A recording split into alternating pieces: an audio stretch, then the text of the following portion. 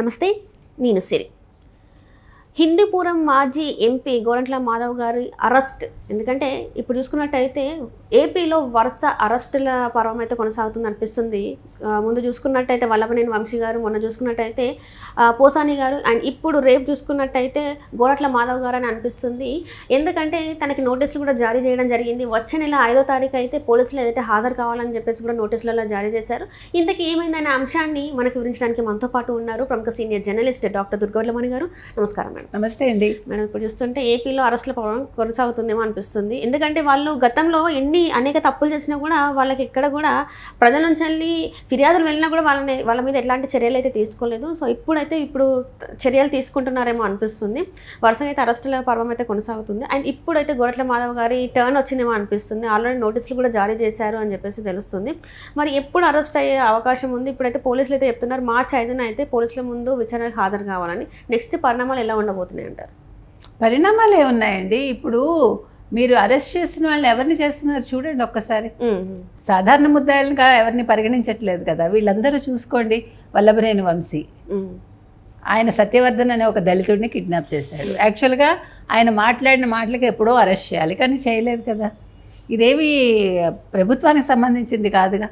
దళిత యువకుడి కిడ్నాప్కి సంబంధించి ఆయన కుటుంబం ఇచ్చిన ఒక ఫిర్యాదుకి వాళ్ళ తమ్ముడు ఇచ్చిన దానికి పోలీసులు స్పందించారు, ఆయన పట్టుకున్నారు. కృష్ణమురళికి ఎందుకు ఇచ్చారు నోటీసులు? ఆయన వీడియోలు చూడండి. ఎవరికైనా ఒళ్ళు అంటుకుపోదా? కృష్ణమురళి ఏమనుకున్నాడు, నేను సన్యాసాన్ని అయిపోయినట్టుగా ప్రకటిస్తే గొడవ ఉండదు, నా జోలికి ఎవడు రాడు అనుకున్నాడు. భావప్రజ్ఞ స్వేచ్ఛ అంటే ఏంటండి? కొత్త పదాలు వాడుతున్నారు వీళ్ళు. అంటే ఏదైనా మాట్లాడవచ్చు అని చెప్పేసి చాలా మంది అన్ని ఏదైనా మాట్లాడడం ఏంటంటే బూతుల వరకు వెళ్ళిపోయింది. ఇప్పుడున్న అంటే ఏదైనా మాట్లాడటం అంటే వైసీపీ వాళ్ళకి ఒక లైసెన్స్ ఇచ్చాడు జగన్మోహన్ రెడ్డి. మీరు బూతులు మాట్లాడండి, అదే భావప్రజ్ఞ స్వేచ్ఛ అని వాళ్ళకు ఒక కొత్త సిద్ధాంతాన్ని ప్రతిపాదించాడు ఆయన. అంతే కదా. మరి కొత్త సిద్ధాంతాన్ని ప్రతిపాదించబట్టే కదా వీళ్ళందరూ మాట్లాడారు. ఈ మాట్లాడిన వాళ్ళు ఎవ్వరికీ బుద్ధి లేదండి.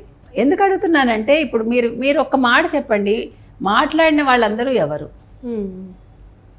ఒక ఎస్సీ, ఒక ఎస్టీ, ఒక కమ్మ, ఒక కాపు, అంబటి రాంబాబు లాంటి వాళ్ళు, ఒక రెడ్లు కూడా కొద్ది మంది.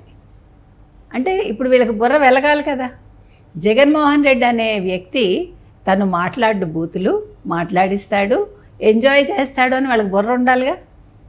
మీరు ఆయన కోసం పనిచేస్తున్నాం అనుకుని మీ వ్యక్తిత్వాన్ని చంపుకుని భావప్రజ్ఞ స్వేచ్ఛ అంటే బూతులు మాట్లాడటం అని ఒక ఫిక్స్ అయిపోయి మీరు మైండ్లో ఏం చేశారు? మీరు 5 ఏళ్ళు మీరు అసలు మీరేంటో మర్చిపోయి అసలు ఆడవాళ్ళ జోలికి వెళ్ళటం ఏంటి, పిల్లల జోలికి వెళ్ళటం ఏంటి, మహిళలను తిట్టడం ఏంటి అంటే మిమ్మల్ని రోడ్డు మీద నిల్చోపెట్టి కొట్టేవాడు లేక, అడిగేవాడు లేక, అంటే అసలు పోలీసులు పని చేయలేదు.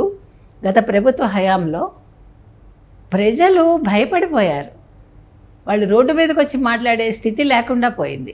ఇప్పటికి కూడా మీరు చూడండి, అరెస్టుల పర్వం సాగుతూ ఉంటే వైసీపీ ఏమంటుందండి? జగన్మోహన్ రెడ్డి కావచ్చు, ఆయన అనుయాయులు కావచ్చు, ఏం మాట్లాడుతున్నారు? మళ్ళా మేము వస్తాం, నేను ముఖ్యమంత్రిని అవుతాను, అయ్యాక వీటన్నింటికి లెక్క తేలుస్తానంటున్నాడు. గోరంట్ల మాధవ్ కూడా అదే చెప్తున్నారు, మూల్యం చెల్లించాల్సి వస్తుంది. అదే చెప్తున్నా, తప్పక మూల్యం చెల్లించాల్సి వస్తుందంటే ప్రజల్ని పరిపాలించడానికి వస్తారా మీరు? మూల్యాలు చెల్లించుకోవటానికి వస్తారా? మీరు తప్పు చేశారు కాబట్టి వాళ్ళు అరెస్ట్ అవుతున్నారు. ఇదే మీరు ఈ భాష మాట్లాడకపోతే ఎవడు మిమ్మల్ని అరెస్ట్ చేయడుగా. మామూలుగా విమర్శించారు, రాజకీయ విమర్శ అనుకుని వదిలేస్తారు. అంతేగాని నువ్వు ఎలాంటి వీడియోలు చేసావు, నువ్వు ఎలాంటి వీడియోలు చేసావు ఒక్కసారి గోరంట్ల మాధవ్ గుర్తు తెచ్చుకుంటున్నాం మనం. ఒకసారి వీడియో వేసి చూపిస్తే వాట్ హీ డిడ్ అనేది తెలుస్తుంది అతనికి. అంతే కదా.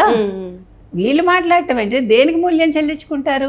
నువ్వేం చేసావు? గత సంవత్సరం ఒక రేపు బాధితుల వివరాలు వెల్లడిస్తూ వాళ్ళ పేర్లు మెన్షన్ చేశాడు. అలా చెప్తారా ఎవరైనా?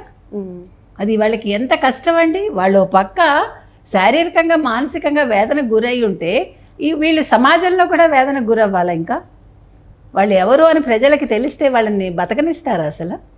అంటే మనం అసలు ఊహిస్తే కూడా ఎంత అసలు దుర్మార్గం. వీళ్ళు అంటున్నారు చూడండి, దుర్మార్గాలు అంటున్నారు. ఇది దుర్మార్గం అంటే.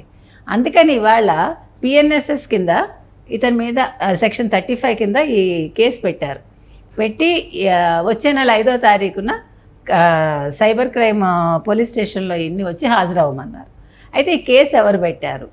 వాసిరెడ్డి పద్మ నవంబర్ 2వ తారీఖు 2024లో ఆవిడ పోక్సో చట్టం కింద ఈ కేసు తీసుకోవాలని కోరింది. ఆవిడ సైబర్ క్రైమ్ పోలీస్ స్టేషన్కి వెళ్ళి ఆవిడ, ఎందుకంటే మాజీ మహిళా కమిషన్కి సంబంధించిన ఆవిడ కాబట్టి, చైర్మన్గా పనిచేశారు కాబట్టి ఆవిడ వెళ్ళి పెట్టారు. ఎందుకు పెట్టారంటే మహిళల పేర్లు చెప్పడం తప్పు, రేప్ బాధితుల పేర్లు చెప్పాడు ఇతను అని.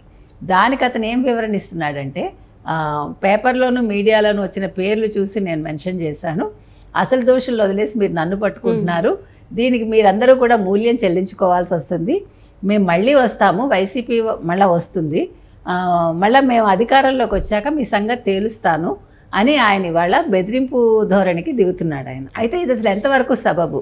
నువ్వు తప్పు చేసి నువ్వు అసలు ఆడవాళ్ళ జోలికి వెళ్ళి నువ్వు అసలు సరైన వాడివే కాదు, వాళ్ళ పేర్లు చెప్పావంటే నీకు ఎటువంటి మనసులో దుర్మార్గపు ఆలోచన లేకుండా చెప్పావుగా. ఇవన్నీ కూడా మీ హయాంలో జరిగినప్పుడు మీరు ఎట్లా మాట్లాడతారు? ఇంకా దానికి నువ్వు ఎలా మాట్లాడాలి అసలు? అయ్యో పాపం మహిళలకి ఈ రకంగా జరిగింది, మా ప్రభుత్వం అండగా ఉంటుందని చెప్తావా? అదేదో గొప్పగా వాళ్ళు ఏమన్నా గోల్డ్ మెడల్ సాధించారు, వాళ్ళు ఎంత బాధపడుతూ ఉంటే నువ్వు వాళ్ళ పేర్లు చెప్పటం ఏంటి అసలు? అంటే గోరంట్ల మాధవ్ అన్నవాడికి ఇంకా బుద్ధి రాలా. ఇంత జరుగుతున్నా కూడా ఇంకా వీళ్ళందరికీ కూడా ఇంకా మేము అధికారంలో ఉన్నామనుకుంటున్నారు, ఇంకా పోలీసులు మా అధీనంలో ఉన్నారనుకుంటున్నారు, మాకేమీ బాధ లేదు, మీరు కేసులు పెట్టుకోండి, మాకేం జరగదు అనే ఒక ధోరణిలో వీళ్ళు వ్యవహరిస్తారు. ఇవన్నీ కక్షపూరిత అరెస్టులే అంటున్నారు.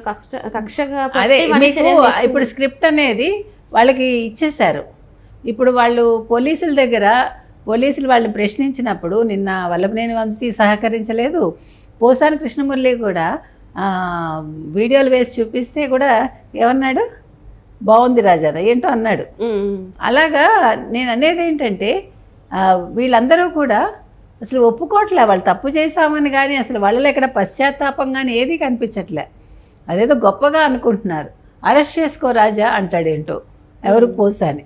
అలాగే ఈయన కూడా దాన్ని ఏదో చాలా గొప్పగా భావిస్తున్నాడు ఆయన.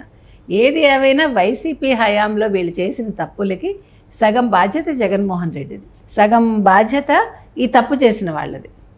కాబట్టి జగన్మోహన్ రెడ్డి చెప్పి వీళ్ళు చేశారు. స్క్రిప్ట్ కూడా వాళ్ళు ఈ అడిగినప్పుడు తెలీదు, గుర్తులేదు, మర్చిపోయి 3 పదాలు ఎలా చెప్తున్నారో, ఇప్పుడు మీరు అన్నట్టుగా కక్షపూరిత ధోరణి, దుర్మార్గం, ఇట్లా కొన్ని పదాలు వీళ్ళు వాడమని వాళ్ళకి స్క్రిప్ట్ వచ్చింది కాబట్టి అవే వాడుతున్నారు వాళ్ళు. కాబట్టి ఏది ఏమైనా గోరంట్ల మాధవ్కి కూడా ఉందండి.